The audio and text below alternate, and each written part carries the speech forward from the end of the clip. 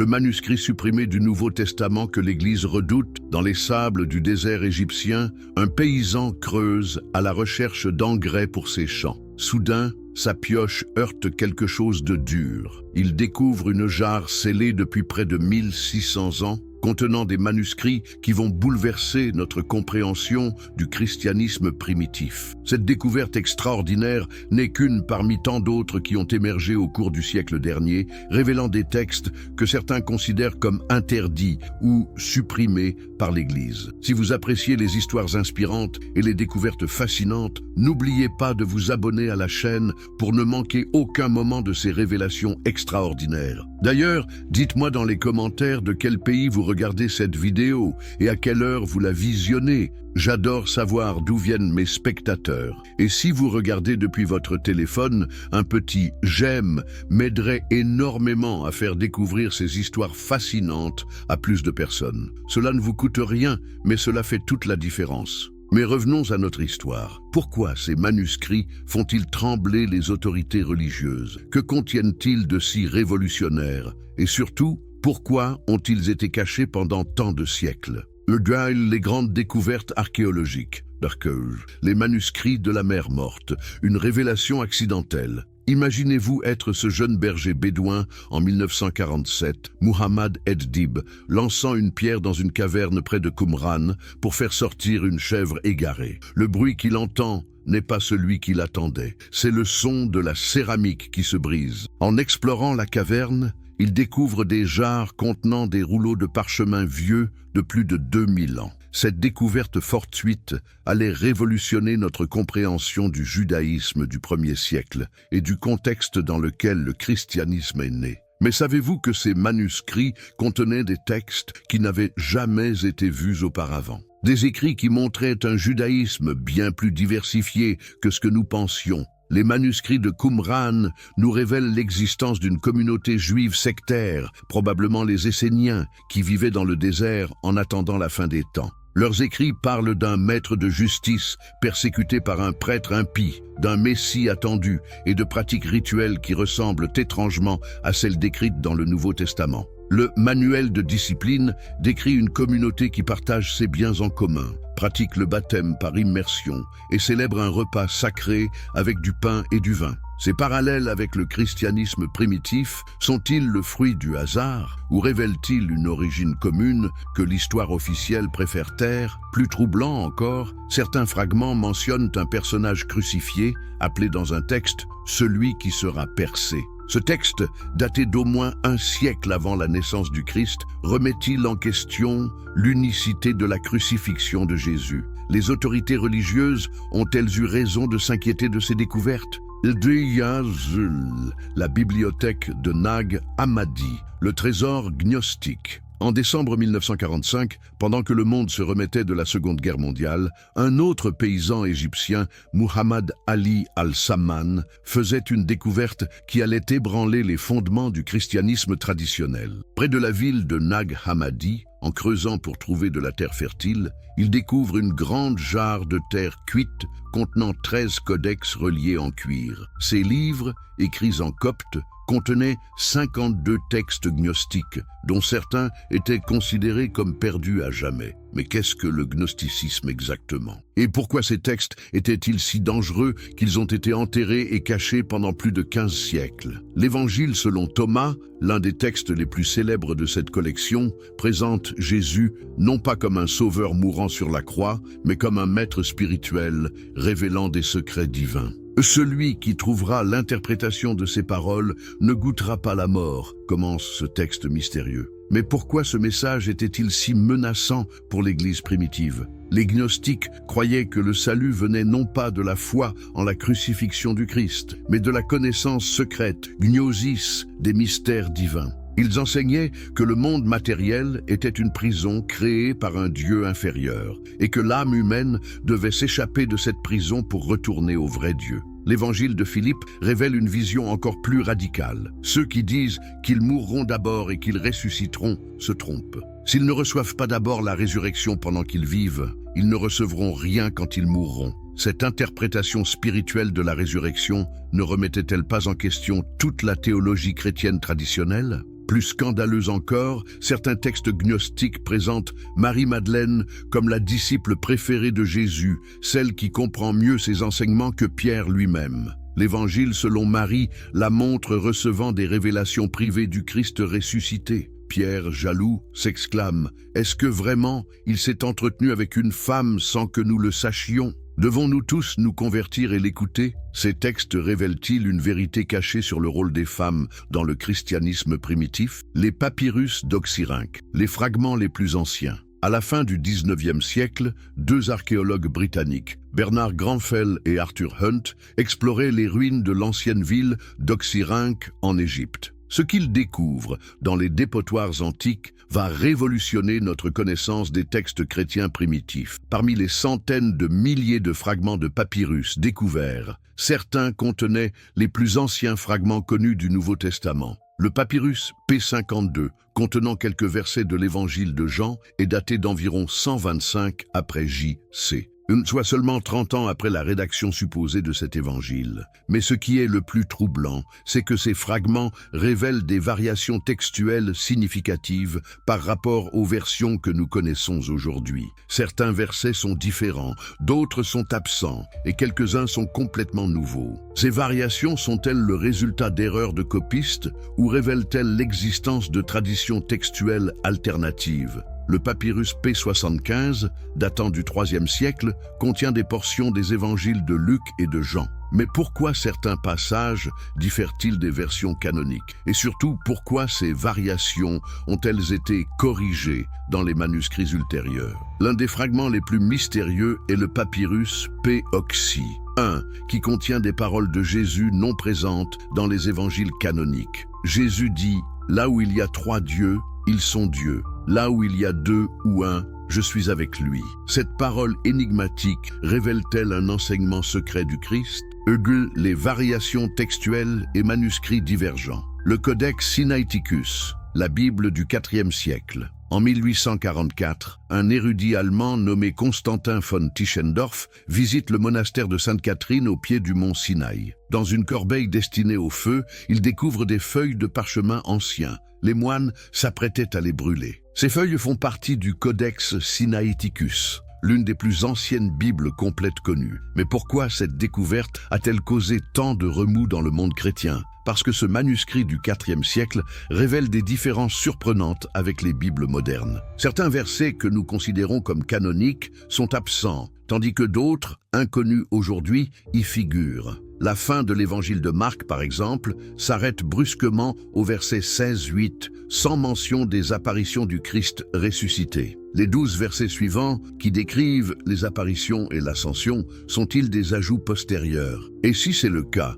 pourquoi ont-ils été ajoutés? Plus troublant encore, le Codex Sinaiticus contient 2 livres qui ne figurent pas dans nos Bibles actuelles, l'Épître de Barnabé et le Pasteur d'Hermas. Ces textes étaient-ils considérés comme canoniques par les chrétiens du IVe siècle? Pourquoi ont-ils été exclus plus tard? L'Épître de Barnabé présente une interprétation allégorique radicale de l'Ancien Testament, affirmant que les Juifs ont mal compris leurs propres écritures. Le Pasteur d'Hermas, quant à lui, enseigne la possibilité d'une seconde repentance après le baptême, doctrine qui sera plus tard rejetée par l'Église officielle.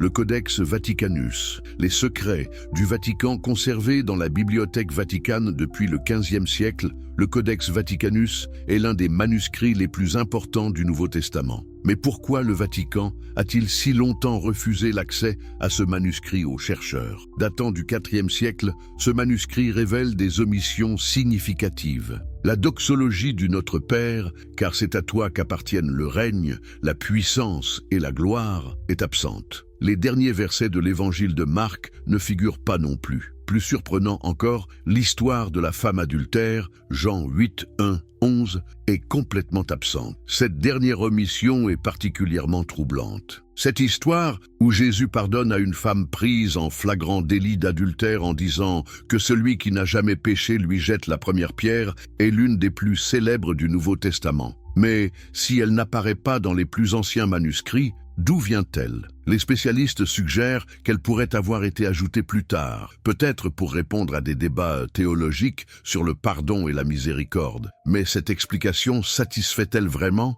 Ou cache-t-elle une vérité plus dérangeante sur la façon dont les textes sacrés ont été modifiés au fil du temps? Les palimpsestes, textes cachés sous d'autres textes. Imaginez un livre où un texte a été effacé pour en écrire un autre par-dessus. C'est ce qu'on appelle un palimpseste. Au Moyen-Âge, le parchemin étant précieux, les scribes effaçaient souvent d'anciens textes pour réutiliser le support. Grâce aux technologies modernes, nous pouvons maintenant révéler ces textes cachés. Et les découvertes sont stupéfiantes. Sous des sermons médiévaux, des traités de théologie ou des vies de saints se cachent parfois des textes chrétiens primitifs perdus. Le Codex Ephraemi Rescriptus, conservé à la Bibliothèque nationale de France, cache sous des œuvres de saint Éphrem le syrien des portions du Nouveau Testament datant du 5e siècle. Ces textes révèlent des variantes textuelles uniques qui n'existent nulle part ailleurs. Plus mystérieux encore, certains palimpsestes révèlent des textes qui semblent avoir été délibérément effacés. Pourquoi quelqu'un aurait-il voulu faire disparaître ces écrits? Contenait-il des enseignements jugés dangereux ou hérétiques? Le Codex Climaci Rescriptus, découvert au monastère de Sainte-Catherine, cache sous des textes monastiques des fragments d'évangiles en dialecte palestinien. Ces textes, traduits directement de l'araméen, la langue parlée par Jésus, révèlent-ils des nuances perdues dans les traductions grecques?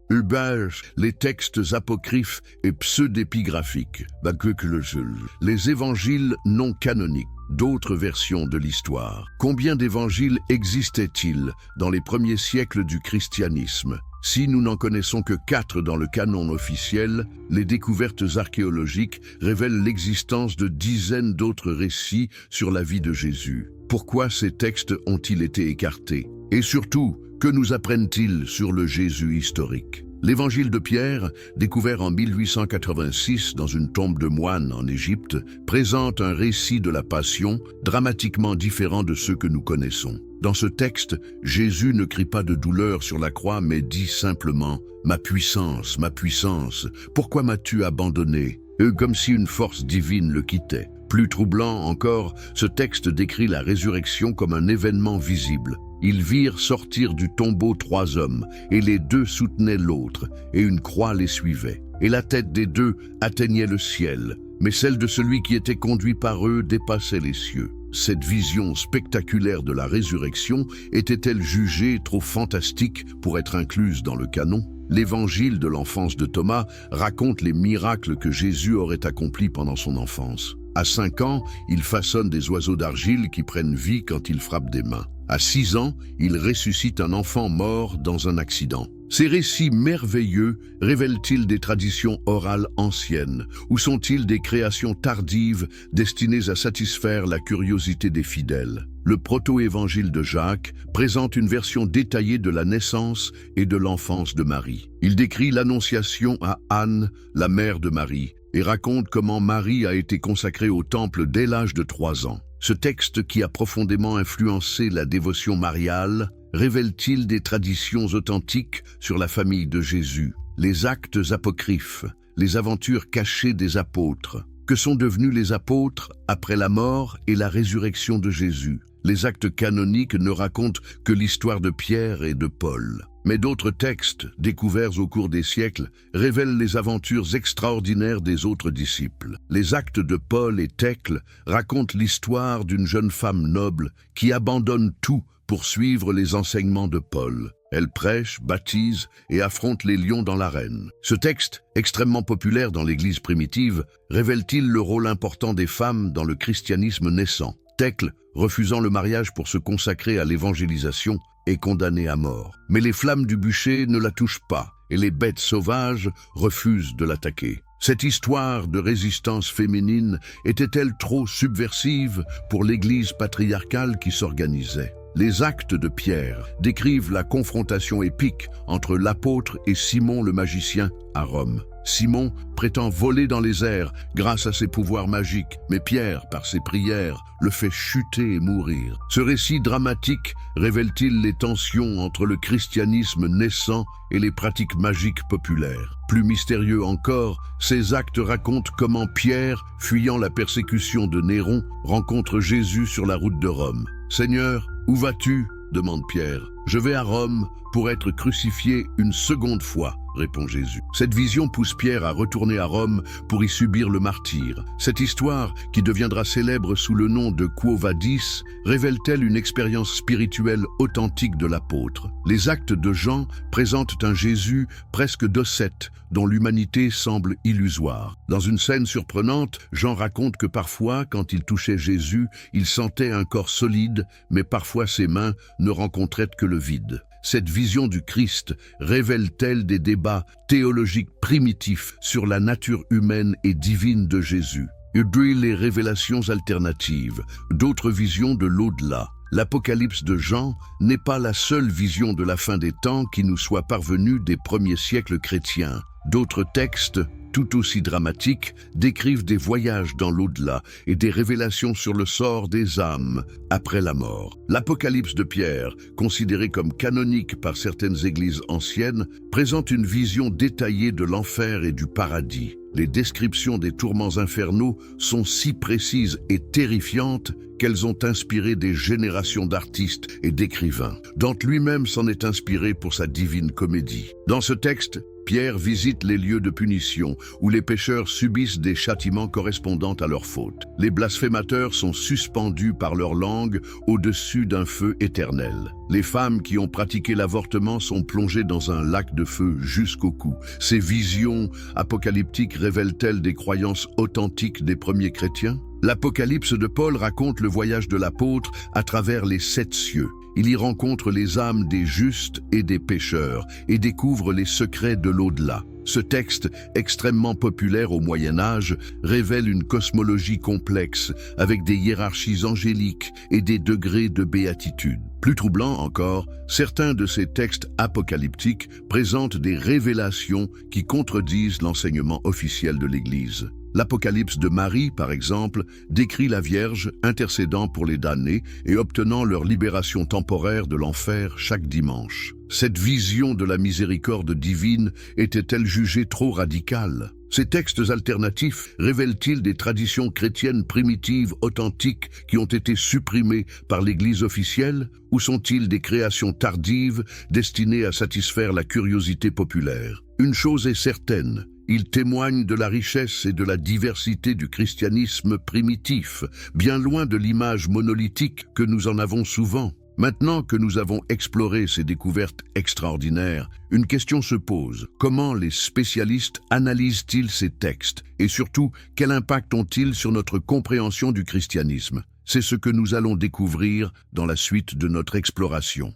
Les manuscrits supprimés du Nouveau Testament que l'Église redoute. Introduction. Dans les sables du désert égyptien, un paysan creuse à la recherche d'engrais pour ses champs. Soudain, sa pioche heurte quelque chose de dur. Il découvre une jarre scellée depuis près de 1600 ans, contenant des manuscrits qui vont bouleverser notre compréhension du christianisme primitif. Cette découverte extraordinaire n'est qu'une parmi tant d'autres qui ont émergé au cours du siècle dernier, révélant des textes que certains considèrent comme interdits ou supprimés par l'Église. Si vous appréciez les histoires inspirantes et les découvertes fascinantes, n'oubliez pas de vous abonner à la chaîne pour ne manquer aucun moment de ces révélations extraordinaires. D'ailleurs, dites-moi dans les commentaires de quel pays vous regardez cette vidéo et à quelle heure vous la visionnez. J'adore savoir d'où viennent mes spectateurs. Et si vous regardez depuis votre téléphone, un petit « j'aime » m'aiderait énormément à faire découvrir ces histoires fascinantes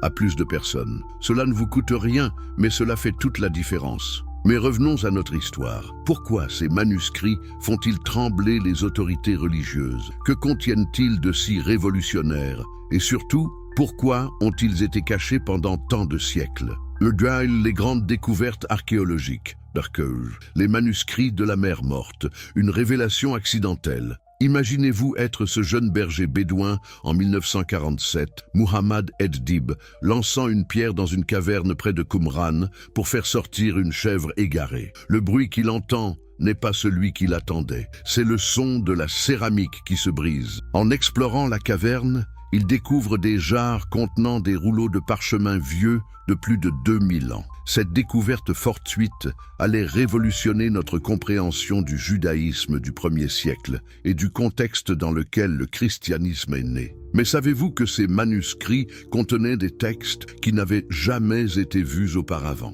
Des écrits qui montraient un judaïsme bien plus diversifié que ce que nous pensions. Les manuscrits de Qumran nous révèlent l'existence d'une communauté juive sectaire, probablement les Esséniens, qui vivaient dans le désert en attendant la fin des temps. Leurs écrits parlent d'un maître de justice persécuté par un prêtre impie, d'un messie attendu et de pratiques rituelles qui ressemblent étrangement à celles décrites dans le Nouveau Testament. Le manuel de discipline décrit une communauté qui partage ses biens en commun, pratique le baptême par immersion et célèbre un repas sacré avec du pain et du vin. Ces parallèles avec le christianisme primitif sont-ils le fruit du hasard ou révèlent-ils une origine commune que l'histoire officielle préfère taire? Plus troublant encore, certains fragments mentionnent un personnage crucifié appelé dans un texte « celui qui sera percé ». Ce texte, daté d'au moins un siècle avant la naissance du Christ, remet-il en question l'unicité de la crucifixion de Jésus? Les autorités religieuses ont-elles eu raison de s'inquiéter de ces découvertes? La bibliothèque de Nag Hammadi, le trésor gnostique. En décembre 1945, pendant que le monde se remettait de la Seconde Guerre mondiale, un autre paysan égyptien, Muhammad Ali al-Samman, faisait une découverte qui allait ébranler les fondements du christianisme traditionnel. Près de la ville de Nag Hammadi, en creusant pour trouver de la terre fertile, il découvre une grande jarre de terre cuite contenant 13 codex reliés en cuir. Ces livres, écrits en copte, contenaient 52 textes gnostiques, dont certains étaient considérés comme perdus à jamais. Mais qu'est-ce que le gnosticisme exactement? Et pourquoi ces textes étaient-ils si dangereux qu'ils ont été enterrés et cachés pendant plus de 15 siècles? L'Évangile selon Thomas, l'un des textes les plus célèbres de cette collection, présente Jésus non pas comme un sauveur mourant sur la croix, mais comme un maître spirituel révélant des secrets divins. Celui qui trouvera l'interprétation de ces paroles ne goûtera pas la mort, commence ce texte mystérieux. Mais pourquoi ce message était-il si menaçant pour l'Église primitive? Les gnostiques croyaient que le salut venait non pas de la foi en la crucifixion du Christ, mais de la connaissance secrète, gnosis, des mystères divins. Ils enseignaient que le monde matériel était une prison créée par un Dieu inférieur et que l'âme humaine devait s'échapper de cette prison pour retourner au vrai Dieu. L'évangile de Philippe révèle une vision encore plus radicale. Ceux qui disent qu'ils mourront d'abord et qu'ils ressusciteront se trompent. S'ils ne reçoivent pas d'abord la résurrection pendant qu'ils vivent, ils ne recevront rien quand ils mourront. Cette interprétation spirituelle de la résurrection ne remettait-elle pas en question toute la théologie chrétienne traditionnelle? Plus scandaleux encore, certains textes gnostiques présentent Marie-Madeleine comme la disciple préférée de Jésus, celle qui comprend mieux ses enseignements que Pierre lui-même. L'Évangile selon Marie la montre recevant des révélations privées du Christ ressuscité. Pierre, jaloux, s'exclame « Est-ce que vraiment il s'est entretenu avec une femme sans que nous le sachions ?» Devons-nous tous nous convertir et l'écouter? Ces textes révèlent-ils une vérité cachée sur le rôle des femmes dans le christianisme primitif? Les papyrus d'Oxyrhynque, les fragments les plus anciens. À la fin du 19e siècle, deux archéologues britanniques, Bernard Grenfell et Arthur Hunt, exploraient les ruines de l'ancienne ville d'Oxyrhynque en Égypte. Ce qu'ils découvrent dans les dépotoirs antiques va révolutionner notre connaissance des textes chrétiens primitifs. Parmi les centaines de milliers de fragments de papyrus découverts, certains contenaient les plus anciens fragments connus du Nouveau Testament. Le papyrus P52, contenant quelques versets de l'évangile de Jean, est daté d'environ 125 après J.C., soit seulement 30 ans après la rédaction supposée de cet évangile. Mais ce qui est le plus troublant, c'est que ces fragments révèlent des variations textuelles significatives par rapport aux versions que nous connaissons aujourd'hui. Certains versets sont différents, d'autres sont absents, et quelques-uns sont complètement nouveaux. Ces variations sont-elles le résultat d'erreurs de copistes ou révèlent-elles l'existence de traditions textuelles alternatives? Le papyrus P75, datant du IIIe siècle, contient des portions des évangiles de Luc et de Jean. Mais pourquoi certains passages diffèrent-ils des versions canoniques? Et surtout, pourquoi ces variations ont-elles été corrigées dans les manuscrits ultérieurs? L'un des fragments les plus mystérieux est le papyrus P. Oxy 1, qui contient des paroles de Jésus non présentes dans les évangiles canoniques. Jésus dit « Là où il y a 3 dieux, ils sont dieux. Là où il y a 2 ou 1, je suis avec lui. » Cette parole énigmatique révèle-t-elle un enseignement secret du Christ? Les variations textuelles et manuscrits divergents. Le Codex Sinaiticus, la Bible du IVe siècle. En 1844, un érudit allemand nommé Constantin von Tischendorf visite le monastère de Sainte-Catherine au pied du mont Sinaï. Dans une corbeille destinée au feu, il découvre des feuilles de parchemin anciens. Les moines s'apprêtaient à les brûler. Ces feuilles font partie du Codex Sinaiticus, l'une des plus anciennes Bibles complètes connues. Mais pourquoi cette découverte a-t-elle causé tant de remous dans le monde chrétien? Parce que ce manuscrit du IVe siècle révèle des différences surprenantes avec les Bibles modernes. Certains versets que nous considérons comme canoniques sont absents, tandis que d'autres, inconnus aujourd'hui, y figurent. La fin de l'évangile de Marc, par exemple, s'arrête brusquement au verset 16-8, sans mention des apparitions du Christ ressuscité. Les 12 versets suivants, qui décrivent les apparitions et l'ascension, sont-ils des ajouts postérieurs? Et si c'est le cas, pourquoi ont-ils été ajoutés? Plus troublant encore, le Codex Sinaiticus contient 2 livres qui ne figurent pas dans nos Bibles actuelles, l'Épître de Barnabé et le Pasteur d'Hermas. Ces textes étaient-ils considérés comme canoniques par les chrétiens du IVe siècle? Pourquoi ont-ils été exclus plus tard? L'Épître de Barnabé présente une interprétation allégorique radicale de l'Ancien Testament, affirmant que les Juifs ont mal compris leurs propres Écritures. Le Pasteur d'Hermas, quant à lui, enseigne la possibilité d'une seconde repentance après le baptême, doctrine qui sera plus tard rejetée par l'Église officielle. Le Codex Vaticanus, les secrets du Vatican conservés dans la Bibliothèque Vaticane depuis le XVe siècle, le Codex Vaticanus est l'un des manuscrits les plus importants du Nouveau Testament. Mais pourquoi le Vatican a-t-il si longtemps refusé l'accès à ce manuscrit aux chercheurs? Datant du IVe siècle, ce manuscrit révèle des omissions significatives. La doxologie du Notre Père, car c'est à toi qu'appartiennent le règne, la puissance et la gloire, est absente. Les derniers versets de l'évangile de Marc ne figurent pas non plus. Plus surprenant encore, l'histoire de la femme adultère, Jean 8, 1, 11, est complètement absente. Cette dernière omission est particulièrement troublante. Cette histoire, où Jésus pardonne à une femme prise en flagrant délit d'adultère en disant que celui qui n'a jamais péché lui jette la première pierre, est l'une des plus célèbres du Nouveau Testament. Mais si elle n'apparaît pas dans les plus anciens manuscrits, d'où vient-elle? Les spécialistes suggèrent qu'elle pourrait avoir été ajoutée plus tard, peut-être pour répondre à des débats théologiques sur le pardon et la miséricorde. Mais cette explication satisfait-elle vraiment? Ou cache-t-elle une vérité plus dérangeante sur la façon dont les textes sacrés ont été modifiés au fil du temps?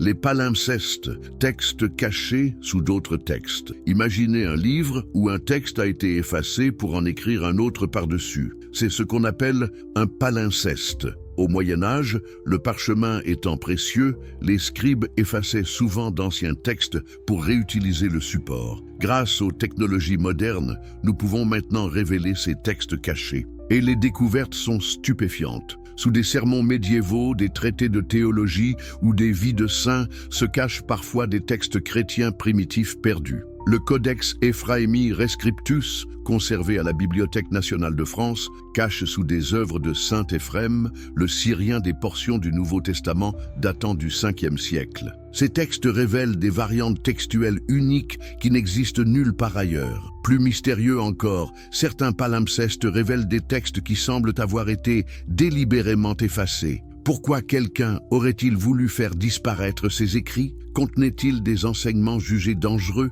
ou hérétiques? Le Codex Climaci Rescriptus, découvert au monastère de Sainte-Catherine, cache sous des textes monastiques des fragments d'évangiles en dialecte palestinien. Ces textes, traduits directement de l'araméen, la langue parlée par Jésus, révèlent-ils des nuances perdues dans les traductions grecques? Les textes apocryphes et pseudépigraphiques. Les évangiles non canoniques d'autres versions de l'histoire. Combien d'évangiles existaient-ils dans les premiers siècles du christianisme? Si nous n'en connaissons que 4 dans le canon officiel, les découvertes archéologiques révèlent l'existence de dizaines d'autres récits sur la vie de Jésus. Pourquoi ces textes ont-ils été écartés? Et surtout, que nous apprennent-ils sur le Jésus historique? L'évangile de Pierre, découvert en 1886 dans une tombe de moines en Égypte, présente un récit de la Passion dramatiquement différent de ceux que nous connaissons. Dans ce texte, Jésus ne crie pas de douleur sur la croix, mais dit simplement « Ma puissance, pourquoi m'as-tu abandonné ?»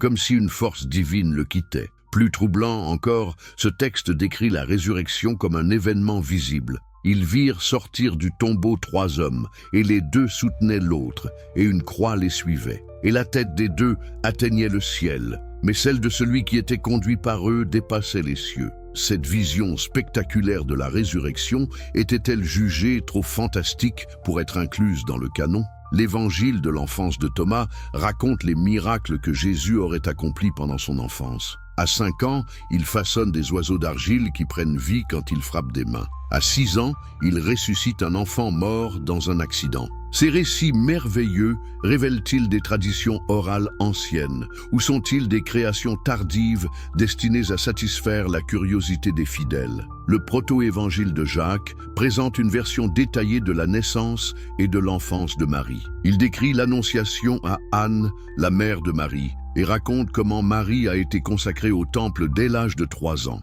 Ce texte, qui a profondément influencé la dévotion mariale, révèle-t-il des traditions authentiques sur la famille de Jésus? Les actes apocryphes, les aventures cachées des apôtres. Que sont devenus les apôtres après la mort et la résurrection de Jésus? Les actes canoniques ne racontent que l'histoire de Pierre et de Paul. Mais d'autres textes, découverts au cours des siècles, révèlent les aventures extraordinaires des autres disciples. Les actes de Paul et Thècle racontent l'histoire d'une jeune femme noble qui abandonne tout pour suivre les enseignements de Paul. Elle prêche, baptise et affronte les lions dans l'arène. Ce texte, extrêmement populaire dans l'Église primitive, révèle-t-il le rôle important des femmes dans le christianisme naissant? Thècle, refusant le mariage pour se consacrer à l'évangélisation, est condamné à mort. Mais les flammes du bûcher ne la touchent pas et les bêtes sauvages refusent de l'attaquer. Cette histoire de résistance féminine était-elle trop subversive pour l'Église patriarcale qui s'organisait?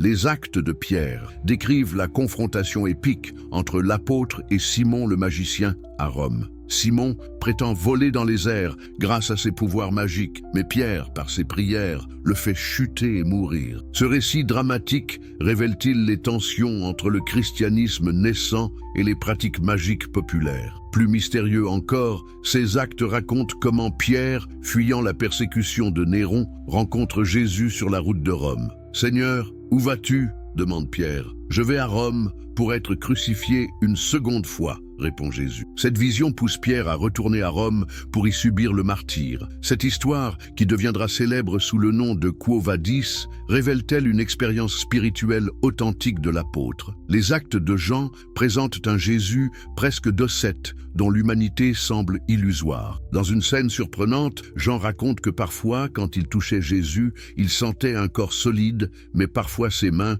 ne rencontraient que le vide. Cette vision du Christ révèle-t-elle des débats théologiques primitifs sur la nature humaine et divine de Jésus? Et puis les révélations alternatives, d'autres visions de l'au-delà. L'Apocalypse de Jean n'est pas la seule vision de la fin des temps qui nous soit parvenue des premiers siècles chrétiens. D'autres textes, tout aussi dramatiques, décrivent des voyages dans l'au-delà et des révélations sur le sort des âmes après la mort. L'Apocalypse de Pierre, considéré comme canonique par certaines églises anciennes, présente une vision détaillée de l'enfer et du paradis. Les descriptions des tourments infernaux sont si précises et terrifiantes qu'elles ont inspiré des générations d'artistes et d'écrivains. Dante lui-même s'en est inspiré pour sa Divine Comédie. Dans ce texte, Pierre visite les lieux de punition où les pécheurs subissent des châtiments correspondant à leurs fautes. Les blasphémateurs sont suspendus par leur langue au-dessus d'un feu éternel. Les femmes qui ont pratiqué l'avortement sont plongées dans un lac de feu jusqu'au cou.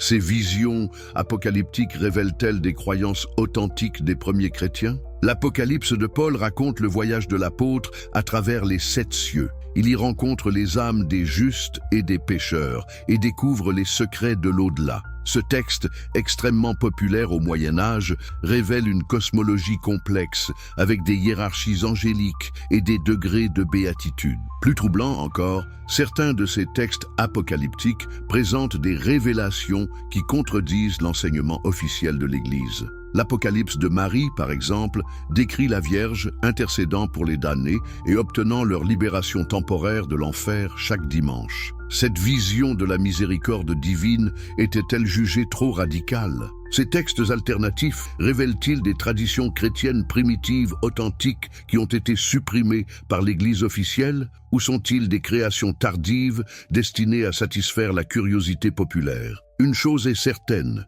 ils témoignent de la richesse et de la diversité du christianisme primitif, bien loin de l'image monolithique que nous en avons souvent. Guys, l'impact académique et les interprétations modernes. Mais comment les érudits du XXIe siècle décryptent-ils ces mystères millénaires et surtout que nous révèlent ces découvertes sur la véritable nature du christianisme primitif? Si vous êtes passionné par ces révélations historiques qui défient nos certitudes, pensez à vous abonner pour ne manquer aucune de ces enquêtes fascinantes. Et n'hésitez pas à me dire dans les commentaires de quel pays vous nous regardez et l'heure qu'il est chez vous. J'adore découvrir d'où viennent mes spectateurs curieux. D'ailleurs, si vous suivez cette vidéo depuis votre téléphone, un petit j'aime ferait toute la différence pour faire découvrir ces histoires extraordinaires à davantage de personnes. C'est gratuit, mais cela nous aide énormément. Les méthodes de critique textuelle, la science des manuscrits.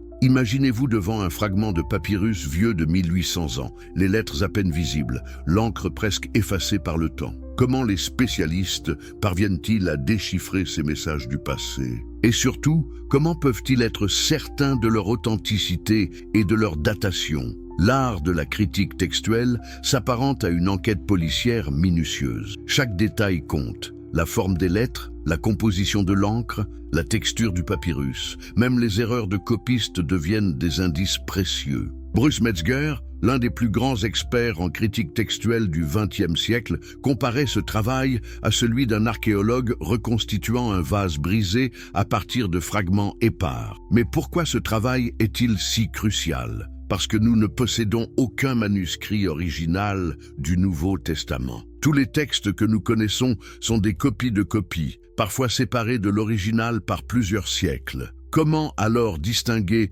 les modifications intentionnelles des erreurs accidentelles? Les paléographes, experts en écritures anciennes, analysent la forme des lettres avec une précision chirurgicale. Chaque époque, chaque région avait ses propres conventions d'écriture. Un alpha tracé d'une certaine manière peut révéler que le manuscrit a été copié en Égypte au IIIe siècle plutôt qu'en Syrie au IVe siècle. Cette précision semble-t-elle extraordinaire? Elle l'est. L'analyse codicologique examine quant à elle la fabrication physique du manuscrit. Comment les feuilles ont-elles été assemblées? Quel type de reliure a été utilisé? Ces détails apparemment insignifiants révèlent des informations cruciales sur l'origine et l'usage du manuscrit. Plus fascinant encore, l'analyse chimique moderne peut révéler la composition exacte des encres utilisées. Chaque région avait ses propres recettes, ses propres pigments. L'encre ferro-gallique utilisée en Europe occidentale se distingue nettement de l'encre au carbone employée en Égypte. Ces signatures chimiques permettent de tracer l'histoire d'un manuscrit avec une précision remarquable. Mais que se passe-t-il quand les preuves physiques contredisent les traditions religieuses? En 1935, Chester Beatty acquiert une collection de papyrus du IIIe siècle contenant des portions importantes du Nouveau Testament. Ces manuscrits, baptisés P45, P46 et P47, révèlent des variations textuelles significatives. Certains passages considérés comme authentiques sont absents, d'autres, inconnus, y figurent. La datation au carbone 14, développée dans les années 1950, a révolutionné l'authentification des manuscrits anciens. Cette technique, qui mesure la désintégration radioactive du carbone dans les matières organiques, permet de dater avec précision les parchemins et papyrus. Mais que se passe-t-il quand cette datation contredit les estimations traditionnelles? Le cas du papyrus P52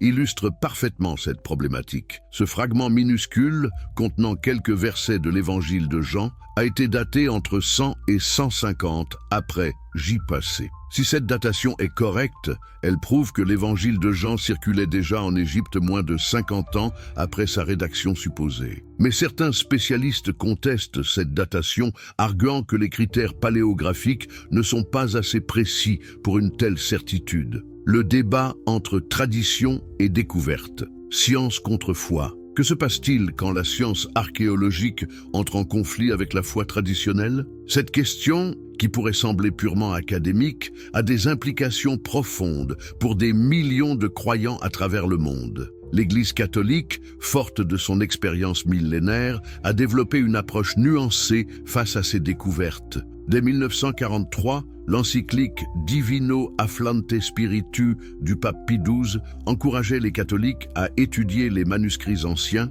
et à utiliser les méthodes scientifiques modernes pour mieux comprendre les Écritures. Cette ouverture était-elle un signe de faiblesse ou de sagesse? Mais toutes les confessions chrétiennes n'ont pas adopté cette approche. Certains groupes fondamentalistes considèrent que toute remise en question des textes traditionnels constitue une attaque contre la foi elle-même. Comment concilier cette position avec les preuves archéologiques indéniables? L'affaire des manuscrits de la Mer Morte illustre parfaitement cette tension. Quand les premières découvertes ont été annoncées dans les années 1950, certains théologiens y ont vu une confirmation de l'authenticité des textes bibliques. D'autres, au contraire, s'inquiétaient des implications de ces découvertes pour la foi chrétienne. Le scandale des manuscrits de la Mer Morte a éclaté dans les années 1980, quand des chercheurs ont accusé l'équipe internationale dirigée par le père Roland Devaux de censurer certains textes jugés trop controversés. Cette accusation était-elle fondée, ou s'agissait-il simplement de la lenteur habituelle du travail académique? John Marco Allegro, membre britannique de l'équipe internationale, a publié en 1970 un livre explosif intitulé The Sacred Mushroom and the Cross, dans lequel il affirmait que le christianisme était né d'un culte hallucinogène basé sur l'amanite tumouche. Cette théorie, universellement rejetée par la communauté scientifique, révèle-t-elle les dérives possibles d'une interprétation trop libre des découvertes archéologiques? Plus sérieusement, la question de l'accès aux manuscrits soulève des problèmes éthiques complexes. Qui a le droit de contrôler l'accès à ces témoignages du passé? L'Église, qui considère ces textes comme faisant partie de son patrimoine spirituel, les États sur le territoire desquels ils ont été découverts, ou la communauté scientifique internationale, le cas du Codex Sinaiticus illustre cette problématique. Découvert par Tischendorf au monastère de Sainte-Catherine, ce manuscrit a été donné au tsar Alexandre II de Russie en 1859. Mais les moines du monastère affirment aujourd'hui qu'il s'agissait d'un prêt, non d'un don. Qui est le véritable propriétaire de ce trésor inestimable? La technologie et les futures découvertes vers de nouvelles révélations. Que nous réserve l'avenir? Avec les progrès technologiques fulgurants de notre époque, quelles nouvelles découvertes nous attendent? Et surtout, ces révélations à venir remettront-elles en question nos certitudes actuelles? L'imagerie multispectrale, développée dans les années 1990, permet maintenant de lire des textes complètement effacés. Cette technique, qui photographie les manuscrits sous différentes longueurs d'onde, révèle des détails invisibles à l'œil nu. Le projet Palimpsest, mené par l'Université de Rochester, a ainsi permis de redécouvrir des textes perdus d'Archimède sous des prières byzantines. Cette même technologie appliquée aux manuscrits bibliques révèle des surprises constantes. En 2005, des chercheurs ont découvert sous le Codex Zacentius, un manuscrit du XIIIe siècle, des portions d'un évangéliaire du VIe siècle contenant des variantes textuelles uniques. Combien d'autres trésors cachés attendent encore d'être révélés? L'intelligence artificielle ouvre des perspectives encore plus fascinantes. Des algorithmes peuvent maintenant reconstituer automatiquement des fragments de papyrus, identifier des mains de copistes et même prédire le contenu de textes lacunaires. Le projet eScriptorium, développé par l'École nationale des chartes, utilise l'apprentissage automatique pour transcrire automatiquement des manuscrits anciens. Mais ces outils révolutionnaires posent de nouvelles questions éthiques. Si une intelligence artificielle peut reconstituer un texte ancien à partir de fragments épars, quelle est la part de création dans cette reconstitution? Comment distinguer ce qui appartient au texte original de ce qui relève de l'interprétation de l'algorithme? Les fouilles archéologiques continuent également à révéler de nouveaux trésors. En 2019, une équipe israélienne a découvert dans les grottes de Qumran de nouveaux fragments des manuscrits de la mer Morte, les premiers depuis plus de 60 ans. Ces fragments, appartenant au livre des 12 prophètes, présentent des variantes textuelles significatives par rapport au texte massorétique traditionnel. Plus spectaculaire encore, les techniques de datation se raffinent constamment. La spectroscopie Raman, qui analyse la composition moléculaire des encres, permet maintenant de dater un manuscrit avec une précision de quelques décennies. Cette précision accrue révèle-t-elle des surprises sur la chronologie traditionnelle des textes bibliques? L'exploration spatiale elle-même apporte sa contribution à cette quête. Les satellites d'observation peuvent détecter des anomalies dans le sol